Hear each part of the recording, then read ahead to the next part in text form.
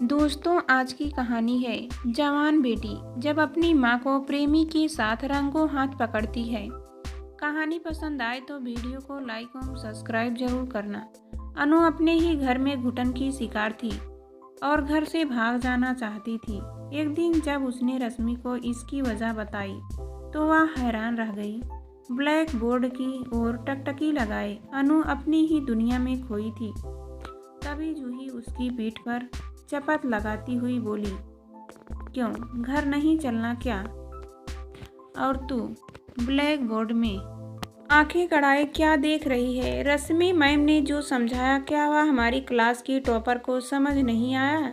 रश्मि ma'am अपने छात्रों की चहेती और अपने स्कूल के सभी विद्यार्थियों के बीच सबसे लोकप्रिय शिक्षिका थी। स्कूल की हर छात्रा उनकी सुंदरता की कायल थी। रश्मि की सादगी और सौम्यता सभी को आकर्षित करती थी। रश्मि भी अपने विद्यार्थियों का खूब ख्याल रखती थी, खासकर अनु का, क्योंकि अनु की मां कनक उसकी सहपाठी व अभिन्न सहेली थी। अनु के संग रश्मि का दोस्ताना व्यवहार था। जब भी अनु को कोई दुविधा होती और जो बात वह अपनी माँ या अपनी सहेली जूही से नहीं कह पाती, रश्मि से साझा करती। अनु जब अपनी मां कनक से नाराज होती तो सीधे रश्मि के घर आ जाती और जब गुस्सा शांत होता तभी घर वापस जाती।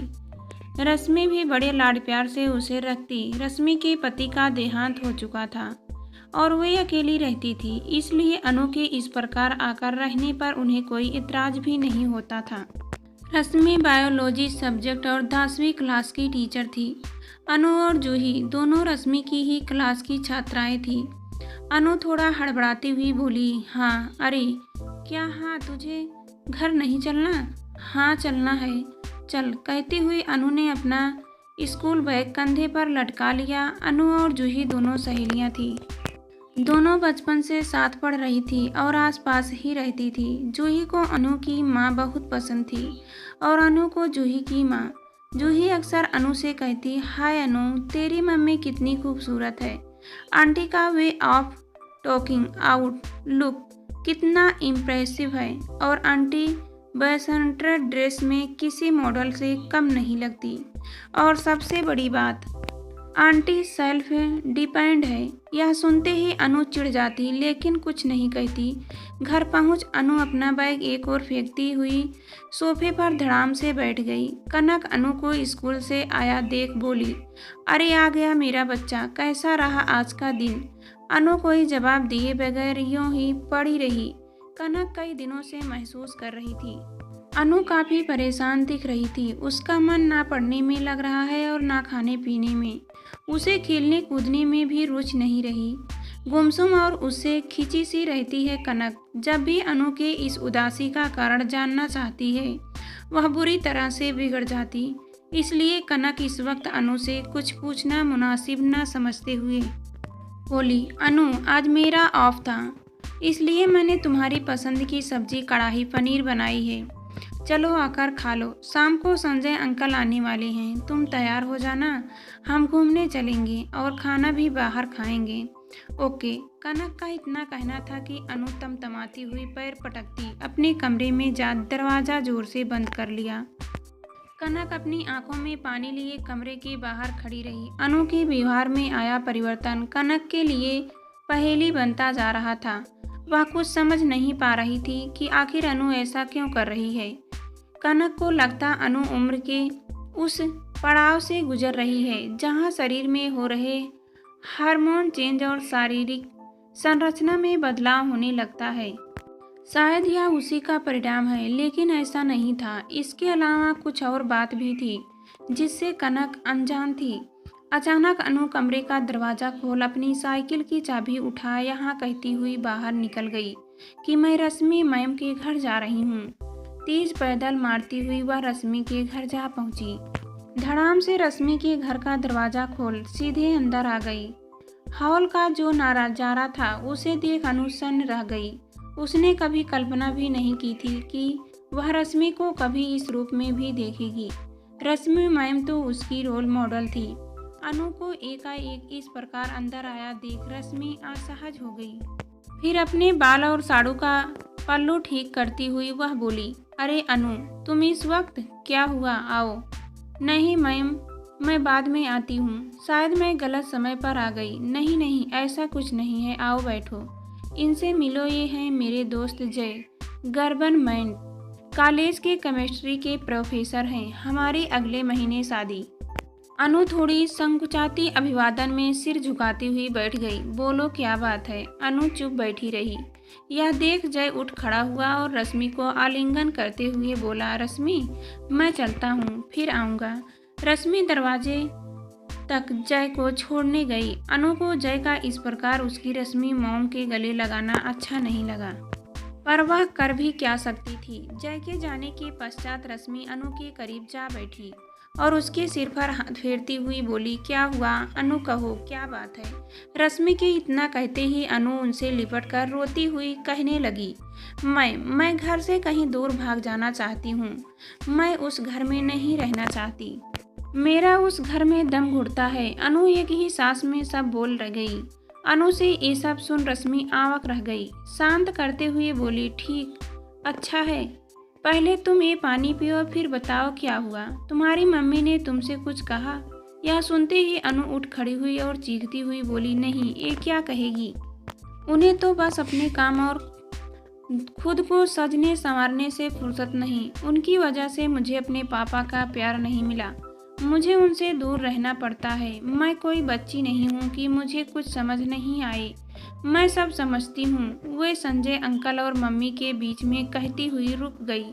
यह क्या कह रही हो तुम अपनी माँ के लिए?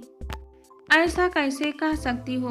अनु झुंझलाती हुई बोली, तो क्या कहूँ? अनु अब इतनी छोटी नहीं थी कि कुछ समझ ना सके, लेकिन इतनी बड़ी भी नहीं कि सब कुछ समझ सके। उसके किशोर मन में कई सवाल उमड़ रहे थे, जिसे शांत करना अब जरूरी हो गया था। इसलिए रश्मि प्यार से अनु को अपने समीप बैठाती हुई बोली, पहले तुम अपने मन से यह गुस्सा, जहर और नफरत निकाल फेंको जो तुमने अपने अंदर भर रखा है। मैं जानती हूँ अब तुम कोई बच्ची नहीं रही, बड़ी हो गई हो, इसलिए मैं जो कहने जा रही हूँ उसे धैर्य से सुनना। उसके बाद हम सोचेंगे कि तुम्हें घर से दूर भाग जाना चाहिए या नहीं। तुम बताओ, क्या तुमने कभी अपने पापा की तस्वीर के अलावा भी उन्हें देखा है? नहीं देखा ना? क्यों नहीं देखा? क्या तुम्हारे पापा इस दुनिया में नहीं हैं? क्या तुम्हारी मम्मी ने तुम्हें कभी अपने पापा से मिलने या उनके पास जाने से रोका है? नहीं रोका ना? क्या तुम्हारे पापा कभी खुद तुमसे मिलने आए? नहीं आए ना? क्यों नहीं आए? वे तो इसी शहर में रहते हैं। अनु निरंतर चुपचाप सुनती रही। अब जो मैं कहने जा रहा हूँ तुम बड़े ध्यान से सुनना। तुम्हारी मम्मी अपने स्कूल कॉलेज के समय से ही सुंदर और स्वतंत्र विचारधारा की रही है। वह शादी से पहले भी जॉब करती थी। तुम्हारे पापा ने तुम्हारी मम्मी से शादी उसकी खूबसूरती और मॉडर्ननेस पर फिदा होकर की थी। उसके बाद तुम्हारे पापा को तुम्हारी माँ की वही खूबसूरती, मॉडर्ननेस और उसका जॉब पर जाना खलने लगा। वे चाहते थे कनक सब कुछ छोड़कर घर बैठ जाए। तुम्हारे पापा कनक को अपनी निजी संपत्ति समझने लगे थे, इसके साथ दुर्व्यवहार करने लगे, और जब तुम्हारी मम्मी विरोध करने लगी तो इस बात को लेकर दोनों के बीच तनाव बढ़ता गया। एक दिन जब तुम्हारी मम्मी ऑफिस में किसी काम की वजह से देर रात घर लौटी तो तुम्हारे पापा ने बगैर कारण जाने ही तुम्हारी मम्मी को घर से निकाल दिया और तुम्हें भी अपने साथ ले जाने को कह दिया। उस वक्त तुम केवल 1 महीने की थी। उस रात संजय ने ही तुम्हारी मम्मी और तुम्हें घर में पनाह दी। तुम्हारी मम्मी और संजय अच्छे दोस्त थे। तुम्हारे पापा ने तो तुम लोगों को छोड़कर दूसरी शादी कर ली और फिर कभी उन्होंने तुम लोगों की ओर मुड़कर नहीं देखा। उस वक्त एक संजय ही था जो तुम्हारी मम्मी के साथ खड़ा था, दुनिया की परवाह किए बगैर। अब तुम बताओ क्या गलत था? इतना सब सुनने के बाद अनु ने अपने कान बंद कर लिए। जिस पिता के लिए अब तक वह अपनी माँ से नफरत करती आई थी, आज सच्चाई जानकर उसे स्वयं के व्यवहार पर अफसोस होने लगा। फिर वह रश्मि से कहने लगी, बस मोम, मुझे कुछ नहीं सुनना। नहीं अनु, मेरी बात पूरी नहीं हुई, मुझे तुमसे अभी बहुत कुछ कहना है। तुम्हारी मम्मी क्यों सच संवर नहीं सकती? क्योंकि तुम्हें अच्छा नहीं लगता, या फिर इसलिए कि वह अपने पति के साथ नहीं रहती? या फिर इसलिए कि तुम चाहती हो कि तुम्हारी मम्मी जूही की मम्मी की तरह लगे? क्या तुम्हारी मम्मी की अपनी कोई इच्छा या चाहत नहीं हो सकती? तुम्हारी मम्मी की तरह, मेरी तरह की इस दुनिया में ना जाने कितनी ही औरतें होगी, तो क्या उन सबको बाकी औरतों की तरह खुश रहने का अधिकार नहीं? तुम्हारी मम्मी जब भी चाहती संजय से शादी कर सकती थी, लेकिन उसने ऐसा नहीं किया क्योंकि उसे अपने सुख से ज़्यादा तुम्हारी फिक्र थी। वह तुम्हें अपने आप से ज़्यादा प्यार करती थी। अनु, जब तुम छोटी नहीं हो, इसलिए अब जो मैं तुमसे कहने जा रही हूँ उसे तुम एक बेटी बनकर नहीं, एक आम लड़की बनकर समझने की कोशिश करना।